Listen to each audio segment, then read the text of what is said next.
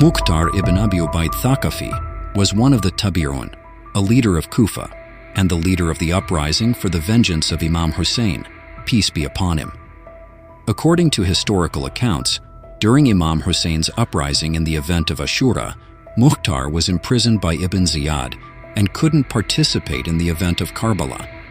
In this video, we discuss whether Mukhtar was, according to various narrations, a liar and a traitor, or a servant of the al-Bayt.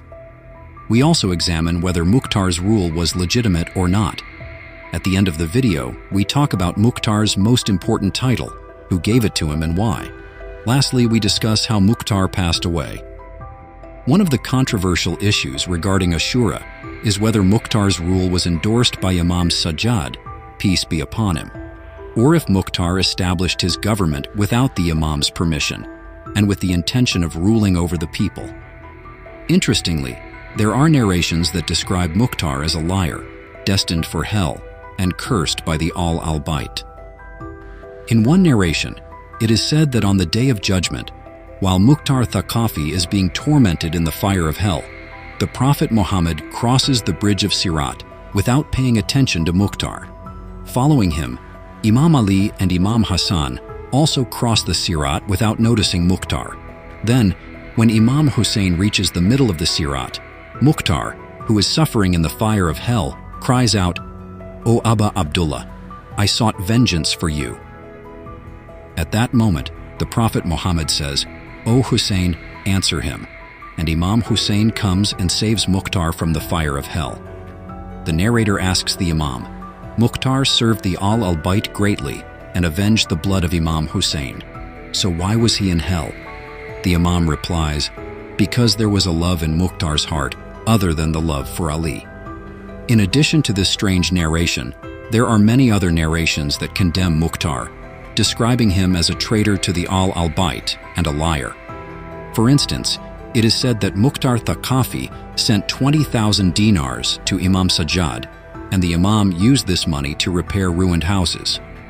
The second time, Mukhtar sent 40,000 dinars to the Imam, but this time, Imam Ziyad said, "I do not accept the gifts of liars." Furthermore, in historical accounts, it is mentioned that when Imam Hassan was betrayed and his companion stabbed him in the thigh, he was brought to Mukhtar's uncle's house for treatment. Mukhtar then suggested to his uncle, "O uncle, let us hand Imam Hassan over to Muawiyah so that we can take control of Iraq." The question that arises here is, if Mukhtar was an enemy of the al-Bayt and a liar whose money was deemed impure, why did Imam Ziyad accept his gift the first time? However, there are also many narrations in praise of Mukhtar. For instance, Imam Ali said that soon his son Hussein would be martyred, and shortly after, a young man from the tribe of Thaqif would rise and avenge them against these oppressors. It can even be argued that Mukhtar's uprising was in accordance with Imam Hussein's prayer. During his journey to Karbala, Imam Hussein delivered a sermon saying, "O Allah, empower that young man from Thaqif over these people, so that he may make them taste the cup of poison and death and avenge us, the al-Bayt, from them. For every killing there shall be a killing, and for every strike there shall be a strike. He will take revenge for me, my family, and my friends and followers from them." Or even beyond this, there is no doubt that Imam Ziyad's prayer regarding Karbala was fulfilled by Mukhtar Thaqafi. When Mukhtar rose in Kufa to avenge Imam Hussein and punish the killers of Karbala, Imam Ziyad asked Menahel, who was in Kufa, if Mukhtar had punished Karbala for his deeds. Menahel replied, "My lord, as long as I was in Kufa, Karbala had not yet been captured by Mukhtar." At that moment, Imam Ziyad prayed, "O Allah, make him taste the sharpness of iron and the burning of fire." When Mukhtar learned that Karbala was hiding in one of Kufa's neighborhoods, he tricked him out of his hiding place and captured him. Mukhtar ordered his hands and feet to be cut off. Menahel was present during this incident, and when he witnessed this scene, he remembered Imam Ziyad's prayer and began to say, "Takbir."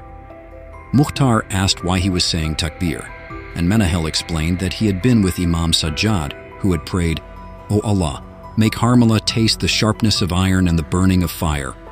Mukhtar, in gratitude that Imam Sajjad's prayer had been answered through him, dismounted his horse and ordered Harmala's remaining body to be burned.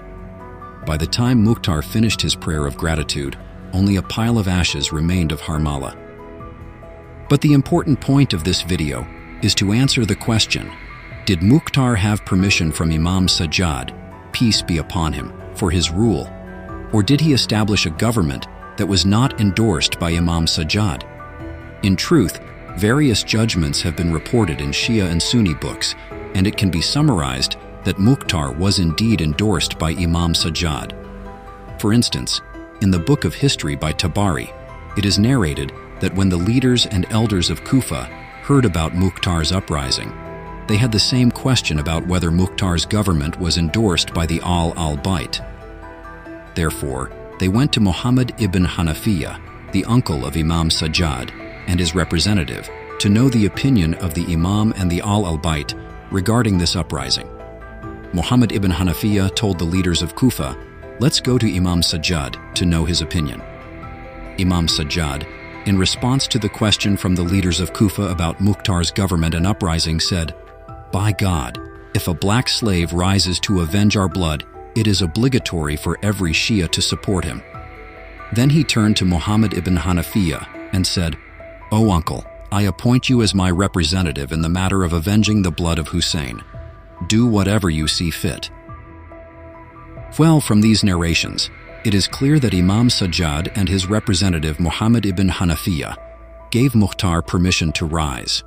In another narration, it is said that on the day of Eid al-Adha, in a gathering where Imam Baqir was present, a man from Kufa entered the gathering and insisted on kissing Imam Baqir's hand and expressing his love.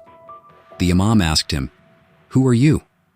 The man replied, "I am Abu Muhammad Hakam ibn Mukhtar, the son of Mukhtar Thaqafi." As soon as Imam Baqir heard Mukhtar's name, he made space for him and seated Mukhtar's son beside himself, showing great respect. Mukhtar's son asked, "My lord, people say various things about my father, but you are the criterion and proof. Whatever you say about my father, I will accept." The Imam asked, "What do people say about your father?" He replied, "My lord, some people say that my father was a liar and a traitor." Imam Baqir said, "Glory be to Allah. Mukhtar was someone who rose to avenge the al-Bayt and took revenge on our enemies." Then he added, "Young man, we are indebted to your father Mukhtar for the dowry of our mother." The Imam then said 3 times, "May Allah have mercy on your father." It is interesting to know that Mukhtar's title was Kaysan. Kaysan means clever and intelligent, and according to one narration, Imam Ali gave Mukhtar the title of Kaysan. Mukhtar was a disciple of the al-Bayt and learned manners and moral virtues from them. As long as Imam Ali was alive, Mukhtar was by his side. However, after the martyrdom of the Imam, Mukhtar went to Basra. Mukhtar believed that only the al-Bayt were worthy of governance and imamate, and he was very upset about the injustices done to the al-Bayt. Finally, Mukhtar, after 188 months of rule, on the 14th of Ramadan in the year 67 AH, at the age of 67, Mukhtar was killed by Musab ibn Zubayr. On Musab's order, Mukhtar's hand was cut off and hung on the wall of the Dar al-Imara in Kufa. Until the time when al-Hajjaj ibn Yusuf al-Thaqafi came to power, he ordered that Mukhtar's hand be buried as well. Mukhtar's grave is now located next to the Mosque of Kufa. And finally, I recommend that you do not miss these 2 videos.